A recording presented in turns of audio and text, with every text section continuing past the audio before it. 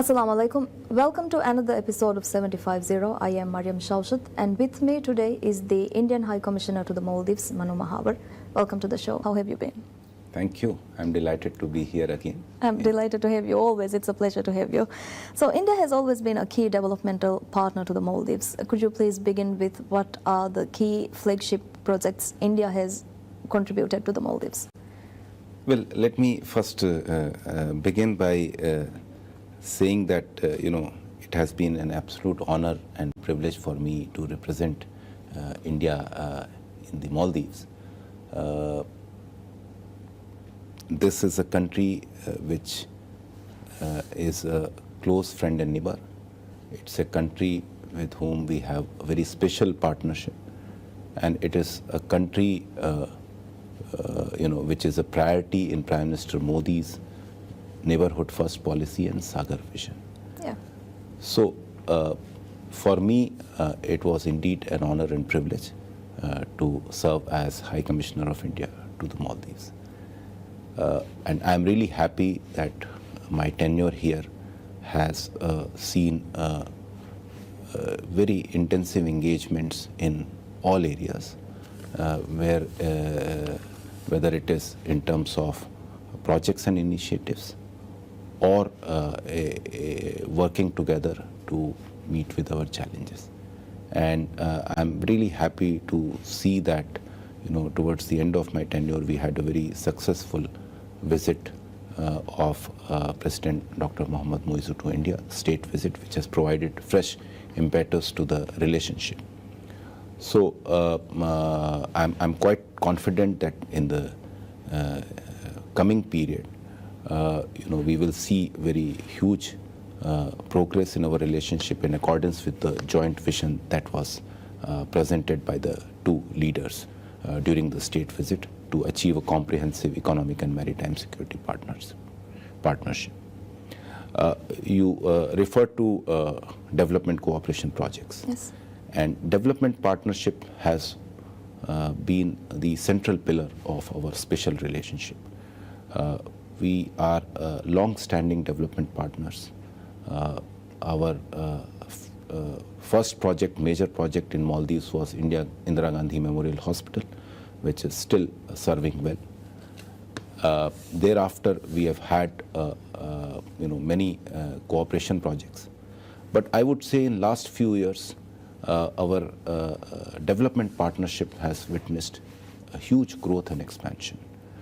We are collaborating on large infrastructure projects, small development projects, human resource development, and we have, of course, provided support, financial assistance to Maldives to deal with its requirements.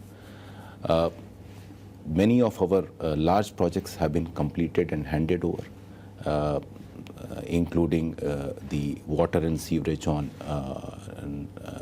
close to 30 islands, the reclamation project in Addu, the National College for Policing and Law Enforcement in Addu. Many more are in the pipeline.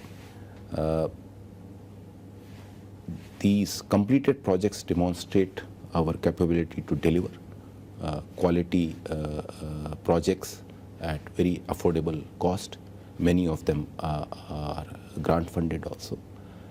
And we are working very closely with Government of Maldives for the completion of various ongoing projects, the flagship being Greater Malay Connectivity Project. We are also engaged in identification of new projects and initiatives. So I'm quite confident that our development partnership will continue and will witness even higher levels of cooperation in the days ahead. Yeah, I think during your tenure, we have seen the biggest challenges in the recent times. COVID-19 for sure is one, and then we also have some unfortunate events happening between the bilateral ties. So the COVID-19 tested our partnership, India-Maldives partnerships, the development partnerships, people-to-people connections. How do you think Maldives and India supported each other during these crucial times? During COVID, our cooperation and our support to Maldives was all-encompassing. We provided medical assistance, Yeah. we provided economic assistance, and we provided financial support.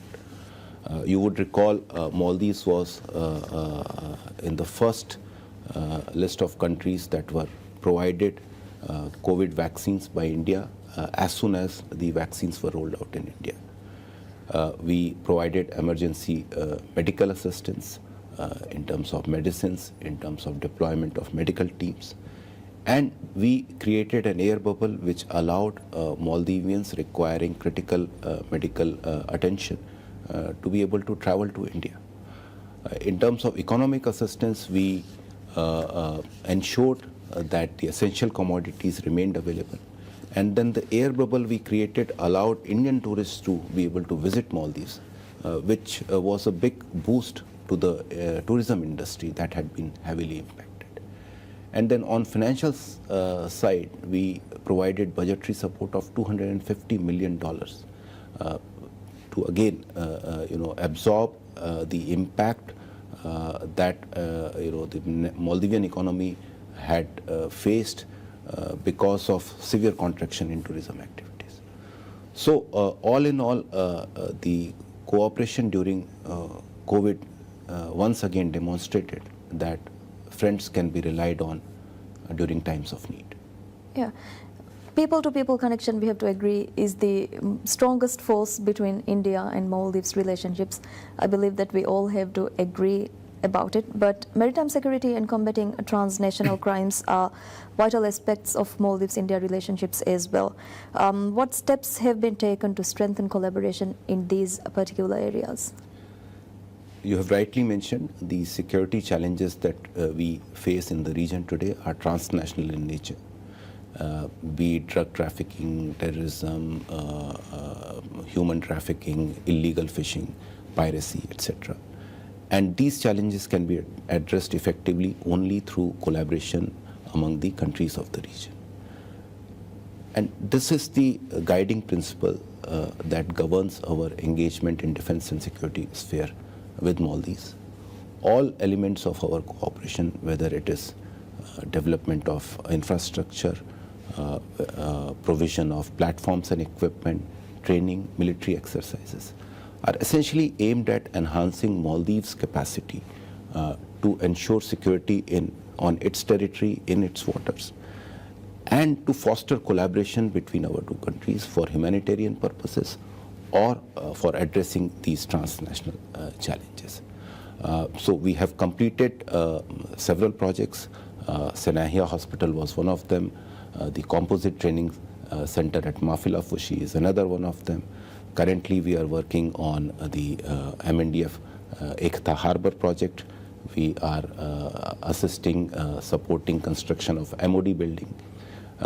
All these projects, when they will be completed, they will become symbols of India-Maldives friendship. And I'm sure our two countries will continue to work closely to promote peace and security in our region. I believe as countries in the Indian Ocean, the security and safety of the Indian Ocean is most crucial for all of us. How do you view the Maldives' role in India's strategic vision for the Indian Ocean? India's strategic vision for the Indian Ocean was articulated by Prime Minister Modi as Sagar, security and growth for all in the region. And we also believe in this philosophy of prospering together, Sabka Saath, Sabka Vikas, as Prime Minister Modi calls it. We consider Maldives a very important partner in these visions. And accordingly, we have been working very closely with Maldives for decades. But of course, we have stepped up our cooperation in recent years to ensure, to promote peace and security in our region. We work together bilaterally, and we are also working together with other partners in the region in the framework of Colombo Security Conclave. So we look forward to continue this very robust cooperation between our countries for the realization of our joint vision. Just like I mentioned before, the COVID-19 pandemic was one of the biggest challenges during your tenure. And then came the India Out movement, and it caused some disruptions, but I would like to believe now we have all moved past it. And the visit of President Dr. Mohamed Muizzu also showed us that the India-Maldives relations will always be strengthened, and India will always be a close partner of us. What message would you like to give to the people who are concerned about the India Out movement, and what were the impacts that we had bilaterally? The India-Maldives relationship is a long-standing relationship. It has stood the test of time. It has brought tangible benefits to our peoples. In the course of my tenure, I have had opportunity to travel all across Maldives. I have seen great warmth and affection towards India. I have seen that people of Maldives value this relationship. I have seen that people of Maldives acknowledge that the relationship has delivered positive results. So I am quite confident that our relationship will continue to grow and flourish in the years ahead. India and Maldives share deep cultural ties, historical ties. I think one of the biggest interests of Maldivians towards India is their music and their culture as well. What initiatives have strengthened in terms of these connections? Well, the foundation for our relationship is provided by people-to-people ties, very vibrant people-to-people ties, which are again rooted in our historical and cultural links. So first and foremost, our effort has been to nurture these ties through policy measures. We have enabled visa-free travel, which allows our people to travel easily to each other's country. And we have also taken measures to enhance connectivity. We have again taken steps to nurture cultural links through exchange of cultural troops, through organization of events. We have a cultural center in Maldives which is very active. It regularly organizes cultural events, including in collaboration with the Friendship Association of India and Maldives. Cultural cooperation has been a focus of our development cooperation projects also. And as you may be aware, the iconic Olympus Theatre was renovated with Indian grant assistance.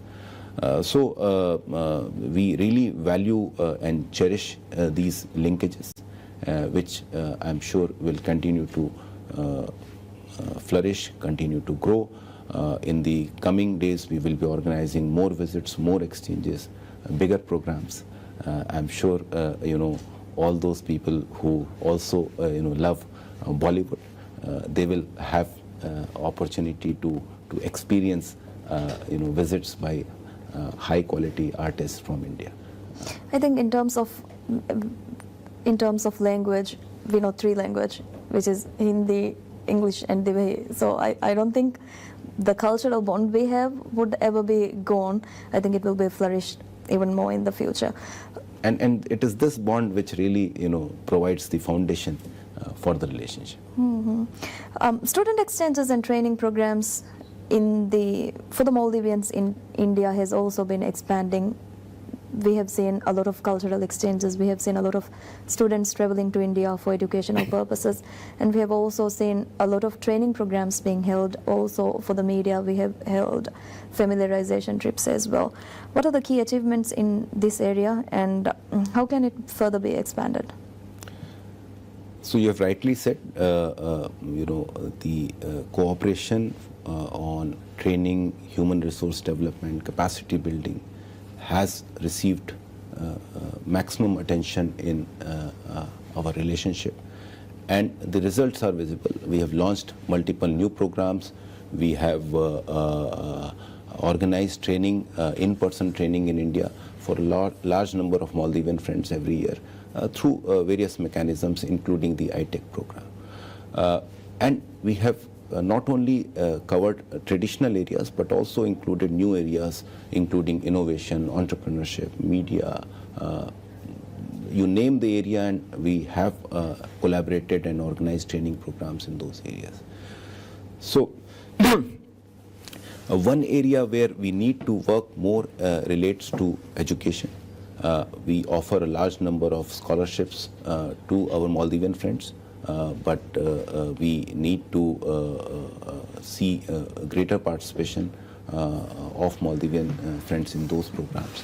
And we are working very closely with Ministry of Higher Education and other stakeholders in that area. While your term has come to an end, what advice would you like to give to the Maldivian youth and professionals aspiring to study or work in India? What are the opportunities we have in India? Well, India is growing rapidly. It is the fastest growing major economy in the world, and it is set to sustain this trajectory for a long time. Our growth offers huge opportunities for our neighbors. I would say make full use of these opportunities. Large number of Maldivians still view India as the destination for medical treatment, which is, of course, our strength, because we do provide high quality healthcare at affordable cost. But there is much more happening in India. There are huge technological advancements taking place. I encourage the youth to connect with Indian youth, to explore India, and to explore opportunities for themselves in pursuit of their own individual goals, personal and professional goals, to benefit from these changes, the growth that is taking place in India. How can the Maldives benefit from India in terms of technological advancements? There are several areas where India is now recognized as among the leaders, and one area where we have really played an important role relates to digital public infrastructure. And that's one area where we have also agreed to collaborate during the President's recent visit to India. Whether it is in terms of introduction of digital payment system, or promoting innovation and entrepreneurship in general, the startup culture as we call. There are multiple areas in which we can collaborate. What opportunities do you see for Maldives-India relations in the next decade? The relationship, of course, has huge potential. The vision for the growth of this relationship has been outlined by the two leaders in terms of achieving a comprehensive economic and maritime security partnership. I am quite confident that in the years ahead we will see concrete progress on the decisions taken for the realization of this joint vision presented by the two leaders. This could possibly be your last interview, so I would like to ask you, what have been the most rewarding aspects in your tenure, and I would like if you could mention both personally and professionally as well. Well, as I said, it has been a great honor and privilege for me to represent India in Maldives. It's a country which is a special partner. It's a close friend and neighbor, and it's a priority in our neighborhood first policy and Sagar vision. In my 3 years, we had intensive engagements, both in terms of projects and initiatives, as well as the collaboration to address our security challenges. We had regular high-level exchanges, and I'm really happy that the tenure is completing with a very successful state visit by President Dr. Mohammad Muizzu to India, in which the roadmap for future growth of our relationship has been laid out. So all in all, it has been a very satisfying tenure. It was also really heartening to see completion of many development cooperation projects that we started during my tenure. And I also, of course, whenever I visit the Greater Malay project site, I find it very satisfying to see how the project is really progressing well. So all in all, as I said, it has been a very satisfying tenure. Excellency, can you share any lasting impressions or any memorable moments that left a lasting impression to you from the Maldives? What would you take away from the Maldives? First thing is, the fond memories of my interaction with the people of Maldives. I had the opportunity to travel across Maldives. I did a count, and I think I have visited close to 40 inhabited islands of Maldives. Everywhere I saw rich diversity, but great warmth and affection. That is something I will also cherish. And of course, the natural beauty of Maldives is so striking that you cannot but fall in love with it. So that is something which will always remain with me, those memories of travel across Maldives and interacting with the people and enjoying the beauty and natural beauty of Maldives. How many islands have you got to visit so far? 40 inhabited islands. 14 islands? That's No, more 40. 40. That's more than 40. some Maldivians. Excluding the resorts. Yeah, that's more than some of the Maldivians have ever visited. I had the chance to visit both the northernmost point as well as the southernmost point. That's an achievement. So I believe that every opportunity we get is an opportunity to learn. It's an opportunity for us to learn as well as others surrounding us to learn. What lessons have you learned during your tenure in the Maldives, and what will you take forward in terms of in your diplomatic career? Well, first of all, this is a relationship which is very extensive relationship. So in my role as High Commissioner, I got to work closely in all areas, all facets of our cooperation. And that is something which is remarkable for me. Secondly, the many areas in which Maldives has done exceedingly well. Tourism, of course, is one such sector. So the way Maldivian economy has grown and the way you have been able to provide or address the needs of your people, that is also something which is very special. The fact that we have been able to work together and nurture our age-old relationship is something that is again very satisfying to see. You have been working as a diplomat for over decades, I believe. What advice would you give to the Maldivian youth aspiring to become diplomats and to pursue careers in diplomacy, international relations, or global leadership? Well, I think the most important thing is to have an open mind. Learn as much as possible. Be sensitive to the needs and requirements of your partners. That would be something which will take you very far. High Commissioner, thank you so much for sitting with us. What would your last message be to the Maldivians, to everyone you have served? Well, India attaches very high importance to its relationship with Maldives, and we are committed to making every possible progress in this relationship. We look forward to working with the government of Maldives. We look forward to working with all stakeholders in achieving new heights in our relationship. Thank you so much for sitting with us, and this might be the last time I meet you. This might be the last interview I have with you. So I personally would like to thank you for all your contributions to the India-Maldives relationships, as well as the Maldives development. How much India has contributed in terms of our development, I don't think we can even count it. So thank you so much, and thank you for contributing to our development. Thank you. Thank you for hosting me to this interview. Thank you. And that concludes this episode of 75-0. Hoping to see you again next time. Goodbye.